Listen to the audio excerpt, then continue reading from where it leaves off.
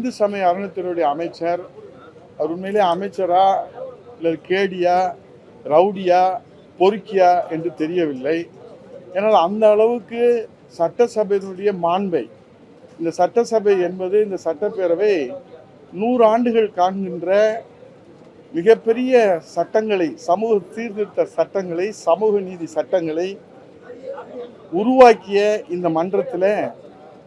இன்றைக்கு வேஷ்டியை மாற்றி கொண்டு, கொள்கையை மாற்றி கொண்டு, தலைமையை மாற்றி கொண்டு, தன் வயிற்று பிளப்புக்காக இன்றைக்கு திமுகவில் போய் அடைக்கலம் புகுந்திருக்கிற சேகர் பாபு என்கிற கேடி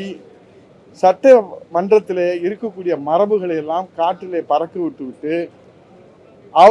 அவருடைய அரசை பற்றி சொல்வதை பற்றி, அவர் தலைவரை பற்றி சொல்வதை பற்றி யாருக்கும் எந்த விதமான வருத்தம் இல்லை.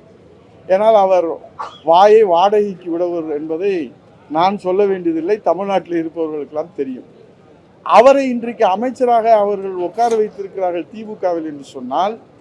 முதலாக சட்டமன்ற உறுப்பினராக அனைத்து இந்திய அண்ணா திராவிட முன்னேற்ற கழகத்திலே புரட்சி தலைவி தமிழர் குலசாமி அம்மா அவர்களுடைய ஆசியோடு